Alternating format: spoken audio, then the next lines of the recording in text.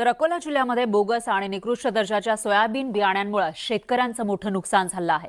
त्यानंतर आता कृषी विभागानं कारवाईचा बडगा उगारलाय। निकृष्ट दर्जाच्या या बियाण्यांची विक्री केल्याप्रकरणी जालना आणि मध्य प्रदेशामधील 2 बियाणे कंपन्यांविरोधात गुन्हे दाखल करण्यात आले। प्रयोगशाळेच्या अहवालात बियाण्यांची गुणवत्ता निकषानुसार नसल्याचं स्पष्ट झालं। यानंतर ही कारवाई करण्यात आली।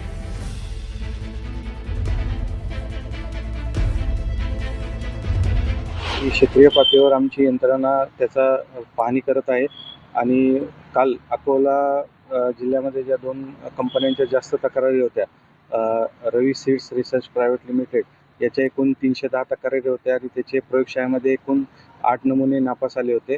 तसेच बूस्टर जेनेटिक्स प्रायव्हेट लिमिटेड या कंपनीचे एकूण 191 तक्रारी होत्या आणि त्याचे एकूण 13 नमुने हे प्रयोगशाळेमध्ये नापास आलेले होते।